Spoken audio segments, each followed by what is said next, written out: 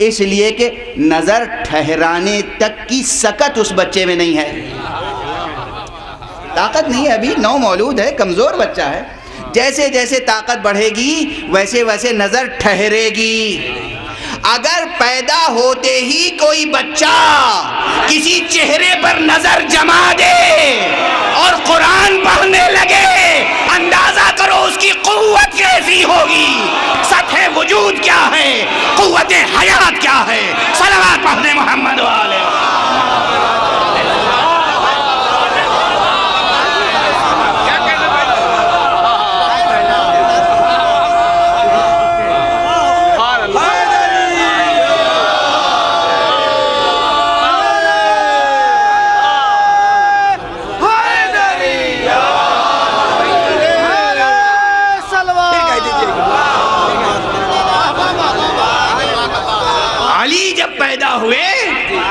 امیر المؤمنین علی ابن ابی طالب،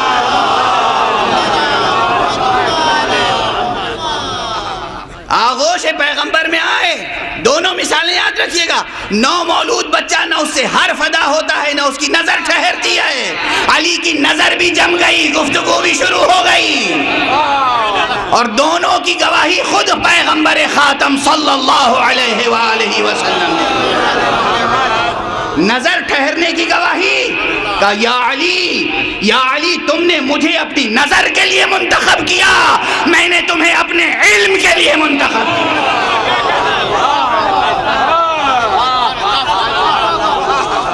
اور یہ بھی روایت پیغمبر سے ہے کہ پیغمبر نے فرمایا علی نے تو اس طرح توریت و انجیل و زبور و صحف انبیاء سنائے ہیں کہ خود وہ انبیاء ہوتے تو اس سے بہتر نہیں سنا سکتے. صلوات پڑھ دے محمد و آلہ.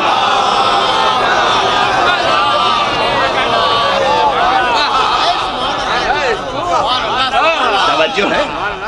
بہرحال بات یہاں ہے، ابھی بات بہت اور دقیق منزل سے گزرے گی. مسلمانان عزیز، زندگی کی اساس ارتقاء. ہر گزرنے والا درجہ حیات آنے والے درجہ حیات سے کمزور ہوتا ہے، ہر آنے والا گزرنے والے سے قوی تر. جب آغوش مادر میں ہے بچہ تو اس کی نہ زبان پر قدرت ہے نہ نگاہ پر. جب یہ بچہ بڑا ہوا زبان پہ بھی قدرت ہے، نگاہ پہ بھی قدرت ہے. جب اور بڑا ہوا زبان پہ بھی قدرت ہے، نگاہ. ہم خاکی ہیں، خاطی ہیں، گناہگار ہیں، عام انسان ہیں جب تک ہم اس دنیا میں ہیں. اس وقت تک ہماری قدرت طاقت زبان پر بھی ہے اور نگاہ پر بھی ہے. جب ہم بیمار پڑتے ہیں تو کبھی کبھی زبان کمزوری میں لکنت کرنے لگتی ہے، احتضار کی کیفیت میں کچھ زیادہ لکنت کرتی ہے. مگر جو خلاصہ بشر ہو، جو علت کائنات ہو، جو سید البشر ہو، جو خاتم النبیین ہو، اس کے لیے تصور نہیں کیا جا سکتا کہ بیماری میں زبان لکنت کر جائے.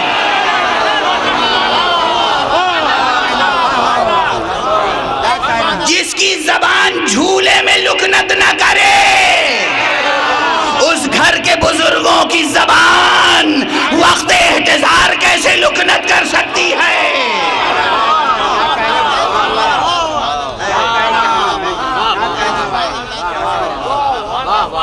اور آگے بڑھیں، بس فلسفے ختم ہو رہے ہیں یہاں پر اس وقت، اس محدود وقت میں. لوگ کہتے ہیں نا، میں نے کہا کہ دیکھیے زندگی کو سمجھیے، جہاں زندگی کا تصور ہے نا کہ ہم بقا کے لیے پیدا ہوئے ہیں، وہاں بھی دھندلا ہے. چونکہ دھندلا ہے اس لیے رسول کی زندگی پہ حملے ہوتے ہیں.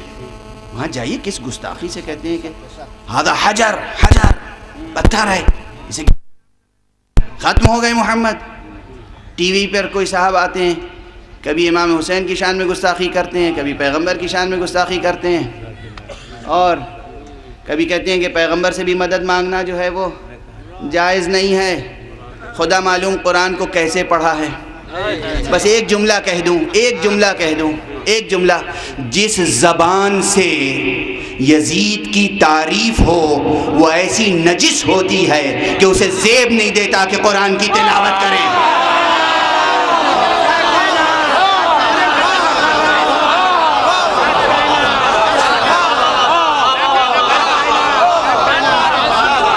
اسے زیب نہیں دیتا کہ قرآن کی تلاوت کرے.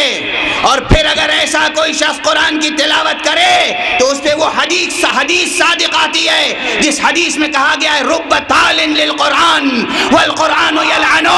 بہت سے قرآن کی تلاوت کرنے والے ایسے ہوتے ہیں کہ وہ قرآن کی تلاوت کر رہے ہوتے ہیں، قرآن ان پر لعنت کر رہا ہوتا.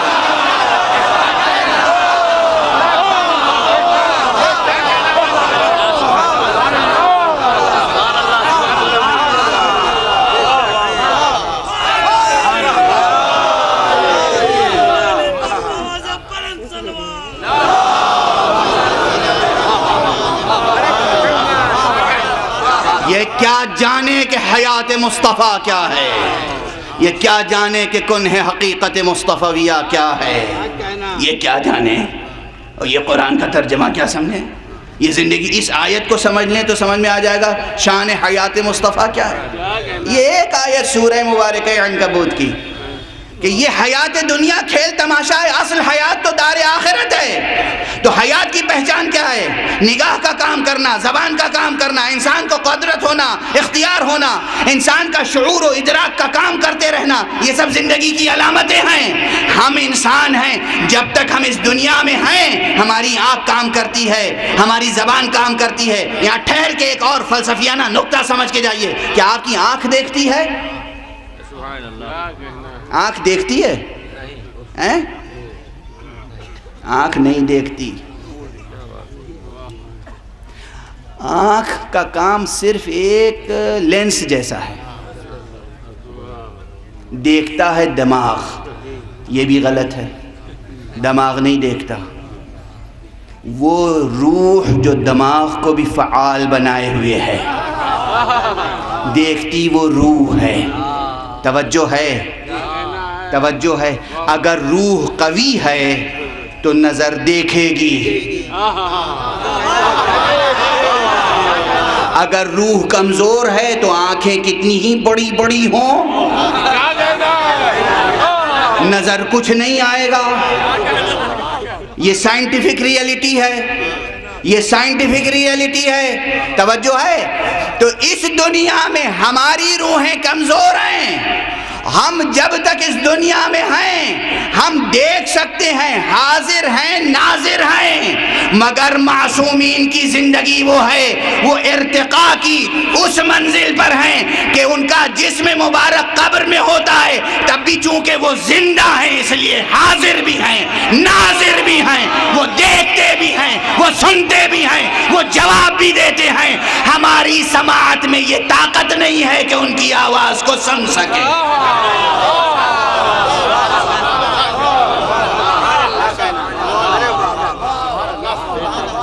کیوں ہے یہ؟ کیوں ہے یہ؟ وہ قبر میں ہے ان کا جسم مگر وہ دیکھتے ہیں. کیوں دیکھتے ہیں؟ اس لیے کہ وہ زندگی کے ارتقائی مراحل پر ہیں. وہ وہاں ہیں، وہ وہاں ہیں. بس گفتگو کو سمیٹ رہا ہوں. اس کا ثبوت فراہم کرنے کے لیے ہی کہ عام انسان کے کچھ اور انداز ہوتے ہیں ارتقاء کے، اور اللہ کے مخصوص بندوں کے انداز کچھ اور ہوتے ہیں. اللہ نے ساری مثالیں قرآن میں رکھ دی ہیں. قرآن پڑھیے نا، ایمانداری سے پڑھیے نا.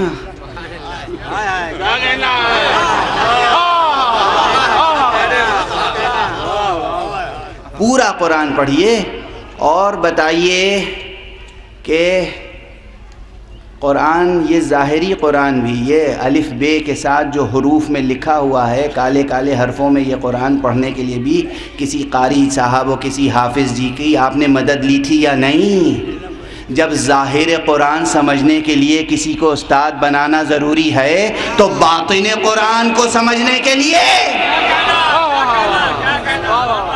کیا کسی کی ضرورت نہیں ہے؟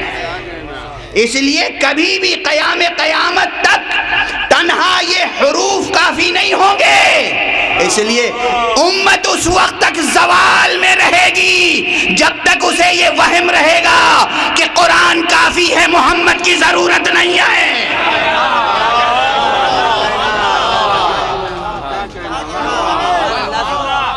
اس وقت تک امت زوال کی طرف جاتی رہے گی۔ محمد کی ضرورت تھی، محمد کی ضرورت ہے، محمد کی ضرورت رہے گی۔ محمد زندہ تھے، محمد زندہ ہیں، محمد زندہ رہیں گے۔ محمد تب تھے جب آسمان و زمین نہیں تھے، محمد آج بھی ہیں جب وہ ظاہری طور پر آسمان و زمین کے درمیان نظر نہیں آ رہے ہیں۔ محمد اس کے بعد بھی ہوں گے، اور محمد کے ساتھ آل محمد کے انوار قدسیہ بھی ہوں گے۔ یہی حقیقت جن پر تمام معجزات و کمالات و فضائل و کرامات کا انحصار ہے، انہی کو سمجھنے سمجھانے کے لیے کبھی انہوں نے اچھے ماحول میں کردار اور قوت حیات کا مظاہرہ کیا، اور کبھی مصیبت کے ماحول میں۔ ہمارے سر و گردن میں جدائی ہو جائے تو ہم گفتگو نہیں کر سکتے۔ وہ قوت جو زبان کو حرکت دیتی ہے، وہ قوت ختم ہو جاتی ہے۔ زبان سے حروف ادا نہیں ہو سکتے مر جانے کے بعد یا قتل ہو جانے کے بعد۔ آنکھیں کام نہیں کر سکتی مر جانے کے بعد یا قتل ہو جانے کے بعد۔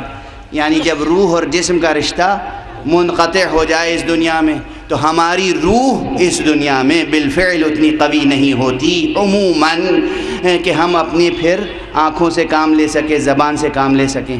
لیکن آل محمد وہ ہیں کہ جسم ان کا پامال بھی ہو جائے، بس گفتگو ختم ہو گئی، گفتگو ختم ہو گئی، جسم پامال ہو جائے۔ یہ آل محمد، یہ آل محمد، وہ بھی کیسی پامالی، اللہ اکبر۔ یہ کسی ضعیف مقتل کا جملہ نہیں ہے، تاریخ کا جملہ ہے کہ سرکار سید الشہداء کے جسم مبارک کو گھوڑوں کی ٹاپوں سے اس طرح پامال کیا گیا تھا کہ سینے کی ہڈیاں ریزہ ریزہ ٹکڑے ٹکڑے۔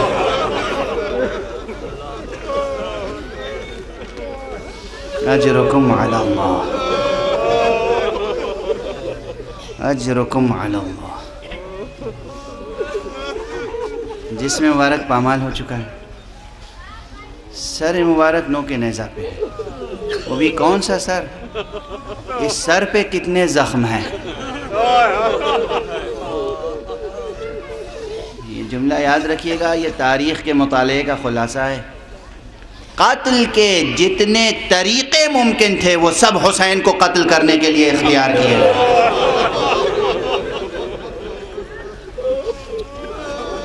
پڑھیے تاریخ، پڑھیے تاریخ۔ آپ کی پیشانی مبارک پر تیر آیا، مسموم زہر میں بجھا ہوا تیر۔ آپ کے گلوہ مبارک پہ یہاں حلقوم پہ آ کر تیر لگا جس نے آپ کو نحر کر دیا۔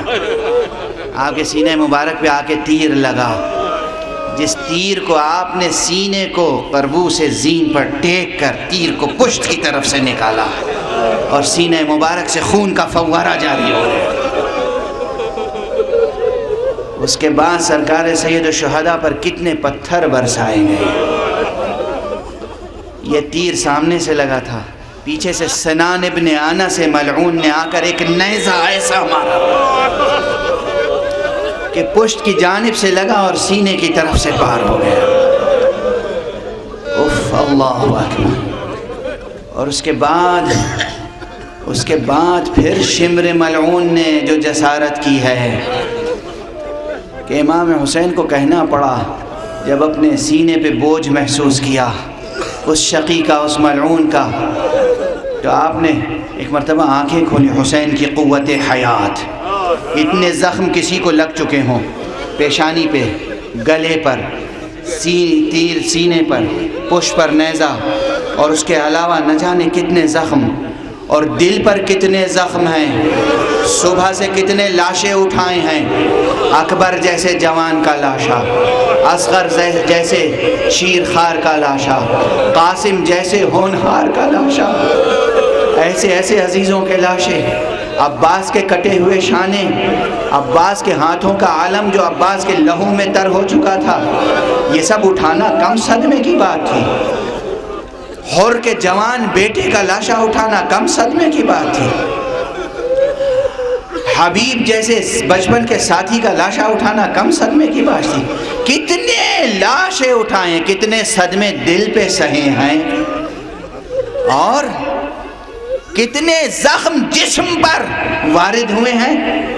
اس کے بعد آخری لمحات میں جب شمر شقی لعین نحس و نجس نے امام کے سینے پہ قدم رکھا ہے تو امام نے آنکھیں کھولی اور کہا لقد ارتقیت مرتقا عظیما۔ ذرا دیکھیے گا یہ مصائب کے جملے ہیں، مگر دیکھیے گا اہل بیت ہیں جنہیں ہمیشہ عظمت خدا اور عظمت رسول کا لحاظ ہے، اپنی عظمت نہیں جتا رہے ہیں، کہہ رہے تو نے میرے سینے پہ قدم رکھا نہیں، کہتے ہیں لقد ارتقیت مرتقا عظیما، تو نے بہت عظیم جگہ قدم رکھا ہے، طالما قبلہ رسول اللہ، اس جگہ کو رسول اللہ بوسہ دیا کرتے تھے۔